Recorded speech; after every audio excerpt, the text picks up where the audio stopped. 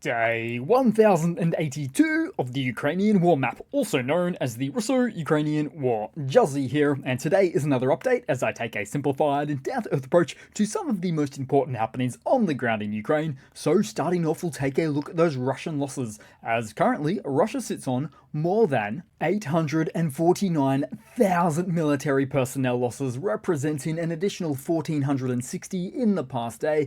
Then as for hardware losses, 11 tanks, 20 APVs, 24 artillery, a very respectable 127 soft targets, and 1 jet plane aircraft. And so headed straight to the map with that over the weekend update, as Ukrainian forces downed a Russian Su-25 attack aircraft in Druzhba, which is near to Toretsk. The successful strike came courtesy of the 104th Territorial Defense Brigade, who used an Igla manpad, and working in tandem with the anti-aircraft unit of the 28th Brigade. But the story doesn't end there, because in a desperate bid to rescue the downed pilot, a Russian Mi-8 helicopter, as the Mi-8's attempts were met with a barrage of 3 FPV drones, effectively thwarting the rescue mission. Now, the Russian Ministry of Defense claims control of the Druzhba area and beyond, but we see one of their Su-25s conducting close air support missions over the location still.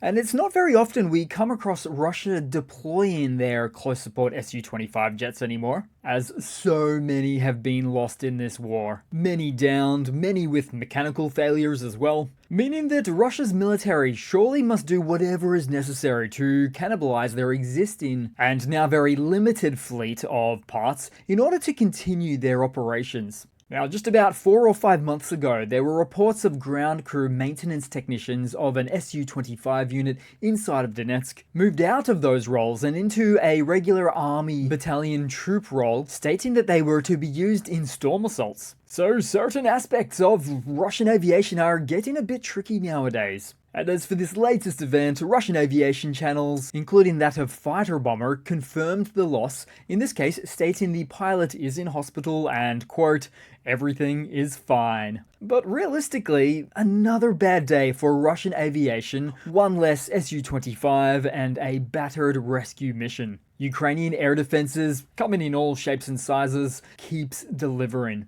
Then headed up on the map, as in a dramatic nighttime assault, Russian and North Korean forces launched an attack in the Kursk region upon the northwest salient, employing infantry heavy tactics. The AFU's 47th Brigade, Magura, faced down this wave assault, which lasted over 16 hours. Now, instead of heavy armor, attackers used buggies to deploy troops along tree lines, a strategy that proved costly. AFU cluster munitions also played their role. Ukrainian forces reported significant enemy losses, estimating at least a company wiped out, so 1 to 200 personnel. And of the event, Russia appears, in a way, to be responding with a counter-offensive after Ukraine made territorial gains inside the Russian-held lands at the end of last week, as seen on the map. However, this so-called Russian counteroffensive is taking place 20 kilometers away, on the opposite side of the conflict. Meanwhile, related to Kursk, Chechen Akhmat commander Alodinov jumped in, having something to say about those recent Ukrainian activities and gains in the southeast, with him specifically looking to point out his Akhmat Special Forces units were positioned far, far away from the most recent losses Russia faced in the region. And he really wanted to drive this point home, with also stating that the AFU made these most recent gains because they essentially wanted to perform operations somewhere different from where his own Akhmat forces were positioned at. Wow. This very special division, part of the Russian TikTok army, are always trying to save face, first and foremost. Then headed back across into the main map, into the Pokrovsk direction, as there were reports of Ukraine's Jaeger Infantry Brigade, along with the 142nd Mechanized Brigade, that took control of at least 70% of Pishain, which is 7 kilometers southwest of Pokrovsk. In fact, this south and southwest area of Pokrovsk constitutes some of the most direct supply routes into the town, with Dark Theme giving a better look at that one. which has in turn led to some of the heaviest battles positioned right here. Now, further to this latest engagement, Russian telegram channels stated that the AFU was coming from 3 angles of attack, including that of around Uspennivka, and done so as a means of cutting off the Russian salient, with a little whinging in the telegram about moves like those complicating their own logistics, and seemingly upset that no one could even think about it or see it coming, where the Russian telegrammer means to say that their own strategies lacked the planning and preparedness for such attacks. But I tend to somewhat disagree, because the Russian MOD and their commanders have some very specific, albeit usually singular plans, which is to keep throwing as much as possible into the meat grinder direction of their choosing, and simply do it until something sticks. Then, just adjacent to those activities, we saw what could be referred to as an operational loss in Russian-held Seladova, further behind the contact point, as apparently a Russian tank went on a rampage, crushing a military green pickup truck belonging to one of their own comrades before disappearing into the or over the horizon. An event like this puts into question their level of intoxication and moral integrity, exposing the rampant lawlessness prevailing on the Russian-occupied side.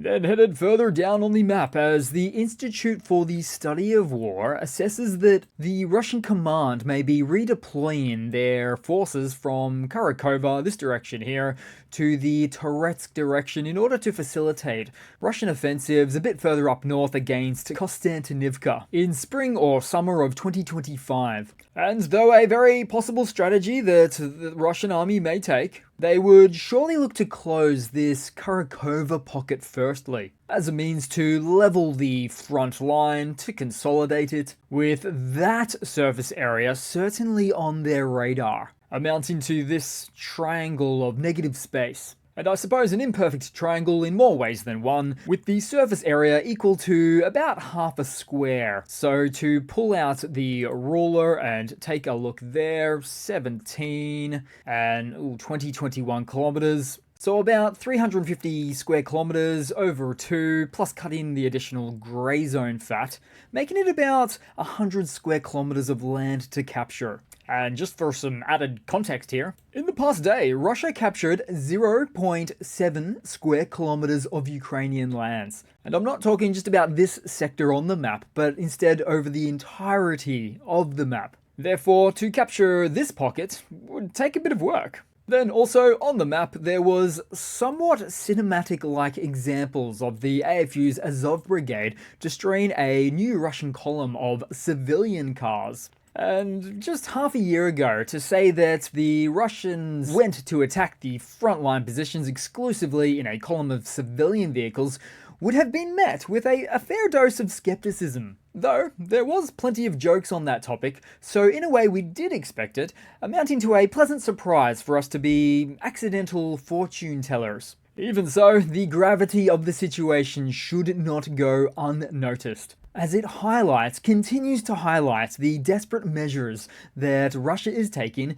putting excessive strain on their own troops to sustain their offensive operations, with instances like these that are only likely to become more common as the Russian army further degrades in capability. Then, also on the map, somewhat far away, an undersea Russian telecom cable in the Baltic Sea has been damaged by external impact, quote-unquote, according to Russian state-controlled Rostelecom. And an announcement which sounds suspiciously similar to the announcements made by other various Baltic Sea nations recently, following a string of disruptions on their own undersea cables. Rostelecom did not specify the exact location or the cause of the damage, but confirmed that repair works were underway. Oh, then also for this region, Estonia, Latvia, and Lithuania have officially disconnected their electricity systems from Russia. This step, effective immediately, marks a historic step towards greater European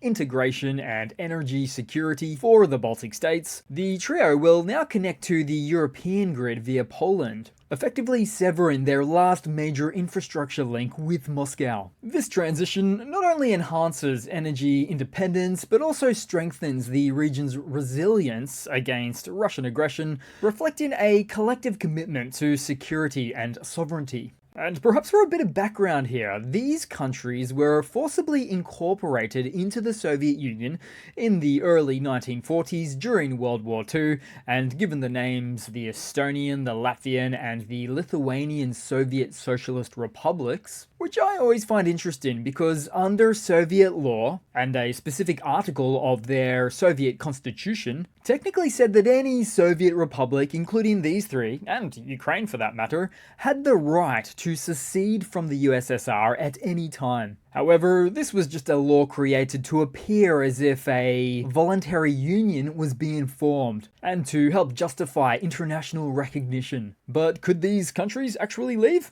Well, in practice, no. The USSR was a dictatorship, and Moscow never allowed republics to truly govern themselves or secede. A great example of this would be, at the time, Czechoslovakia, who tried to assert more independence in 1968, but the Soviet military immediately stepped in and crushed the reforms, and forced the country back under strict Soviet-style rule. Then headed across to some news, and in terms of a brief insight into Ukrainian hardware updates, we recently saw photos of their underground workshops for assembling both the Peklo jet propulsion missile drones, those hybrid drones, and the Lati propeller drones, those UAVs, both of which have seen quite a bit of success against military targets inside of Russia. And also, this is a location with a very interesting poster on the wall, with an artistic depiction of a new hybrid drone Peklo flying towards an already engulfed in flames Spasskaya Tower of the Kremlin, with the tagline stating,